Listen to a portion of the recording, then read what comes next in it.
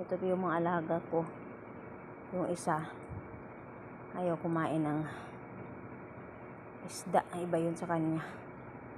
Maraming salamat sa ating lahat. Magandang umaga. Happy Saturday sa lahat ng followers ko, lahat ng amo ko, pamilya. Sa dalawang anak ko, marami pong salamat. Thank you sa ating lahat. Yung mga halaman, guys. Yung mga halaman ay malago na talaga. Yan, magdidilig po ako ngayon.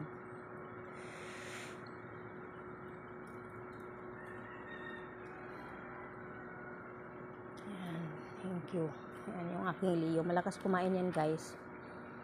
Kinuha ko na lang kasi ayaw nilang, gusto nag-alaga sila pero ayaw nila pag mga anak. Naawa po ako eh. Kinuha ko na lang yan. Thank you.